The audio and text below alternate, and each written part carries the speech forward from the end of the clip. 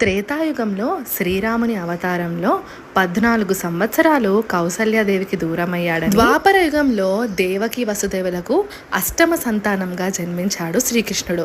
అయినా ద్వాపర యుగంలో యశోదమ్మగా జన్మించిన కౌసల్య వద్దకు వెళ్ళిపోయాడు చిన్నప్పుడే. ఆ 14 సంవత్సరాలు దూరమైన ఆలనా పాలనా కూడా అప్పుడే తీర్చుకున్నారట. ఊరిలో అందరిళ్లలో చొరబడి వెన్న దొంగతనం చేసిన చిన్ని కన్నయ్య వెన్న మాత్రమే దొంగలించి తింటున్నాడు అనుకున్నారు.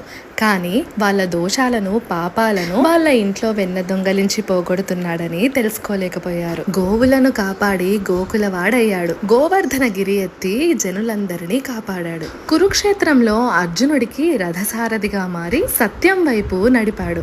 యుద్ధం మధ్యలో తన వారితో పోరాడలేనంటూ మొరపెట్టుకున్న అర్జునుడికి విశ్వరూప దర్శనమిచ్చి భగవద్గీత బోధన చేశాడు శ్రీకృష్ణుడు. శ్రీకృష్ణుడు పరమాత్మ, గొప్ప స్నేహితుడు.